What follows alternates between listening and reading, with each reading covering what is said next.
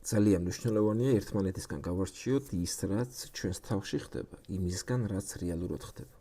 თანამედროვე ადამიანს აქვს რჩევა საკუთარ თავში დადგას დრამა, ატრიალოს შფოთვიანი მულტფილმები გონებაში, დაიჯეროს მისი და შემდეგ იტანჯოს საკუთარი დადგმული მულტფილმებით. შეიძლება ითქვას, რომ ჩვენი განცდების დაახლოებით 70% დაკავშირებულია იმასთან, რაც ჯერ არ მომხდარა და შესაძლოა საერთოდაც არ მოხდეს. ზუსტად ამას ქვია ნევროზი, როცა გონებით შევდივართ სიტუაციაში, რომლებიც უბრალოდ არ არსებობს. ერთია, როცა ხიდს ვჭამ, გაფუჭებული აღმოჩნდება და უკან დავაბრუნებ და მეორე, წინასწარ ვნერვულობდე, რომ გაფუჭებული ხილი არ შემოხდეს.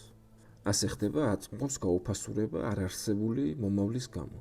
გჭირდებათ ეს? ნამდვილად არ გჭირდებათ. ამ ჩაკეტილი წრიდან რომ გამოხვიდეთ, საჭიროა მშფოთვარი აზრი გაატაროთ ერთი მარტივი ფილტრის გავლით. ფილტრი მდგომარეობის შემდეგში. ეს დადასტურებული ფაქტია, თუ ჩემი პირადი ვარაუდი, რომელსაც არანაირი მტკიცებულება არ აქვს. უმეტეს შემთხვევაში პასუხი იქნება მეორე. თქვენ ფაქტობრივად უბრალოდ ისტრესავთ თავს სრულიად უსაფუძვლოდ. თქვენ გაქვთ მხოლოდ ერთი მომენტი, აწმყო. ცხოვრება კი სწორედ მასში უნდა.